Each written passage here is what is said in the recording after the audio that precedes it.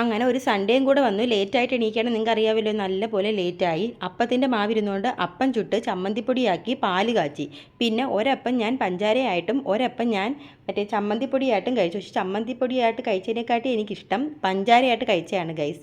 പിന്നെ വേണ്ട കാടമുട്ട മേടിച്ചുകൊണ്ട് ചേട്ടനാണെങ്കിൽ ചിക്കൻ വേണം, സൺഡേ ആയിട്ട് എന്തെങ്കിലും സ്പെഷ്യൽ വേണ്ടേ.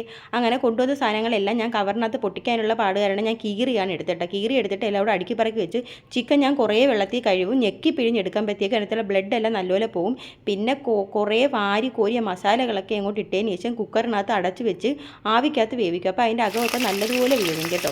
അങ്ങനെ ചട്ടിക്കകത്താണ് ഞാൻ എല്ലാം വെക്കുന്നത്. പിന്നെ ചട്ടിക്കകത്ത് നമ്മൾ ഫ്ലെയിം നല്ലപോലെ കുറച്ചതിന് ശേഷം വേണം നമ്മൾ ഇതൊക്കെ അങ്ങോട്ട് ഇട്ട് കൊടുക്കുക, അല്ലെങ്കിൽ മുഖത്തെല്ലാം കൂടെ എണ്ണയായിട്ട് നല്ല വെന്തിരിക്കും. അങ്ങനെ എൻ്റെ ഒരു കൂട്ടുകാരി പ്രീതി വിളിച്ച കാരണം ഞാൻ ചിക്കൻ ഇറക്കാൻ നേരമാണ് മനസ്സിലായത് ചിക്കനെ തക്കാളി ഇട്ടില്ലല്ലോ. അങ്ങനെ പിന്നെ ഞാൻ തക്കാളി എടുത്തിട്ട് പ്രീതി നീ എന്നെ ചതിച്ച് കേട്ടോ. അങ്ങനെ അവനാണെങ്കിൽ മോനാണെങ്കിൽ അപ്പം വേണമെന്ന് പറഞ്ഞ് അതിൻ്റെ ഇടയ്ക്ക് തന്നെ അടുക്കളയെല്ലാം നല്ലപോലെ ക്ലീൻ ആക്കിയിട്ടുണ്ട്. പിന്നെ ഇതെല്ലാം കഴിഞ്ഞ് ക്ഷീണം മാറ്റാനായിട്ട് ഞാൻ ഐസ്ക്രീമും ഇത്തിരി ഹൽവയായിട്ട് കഴിച്ചു കേട്ടോ.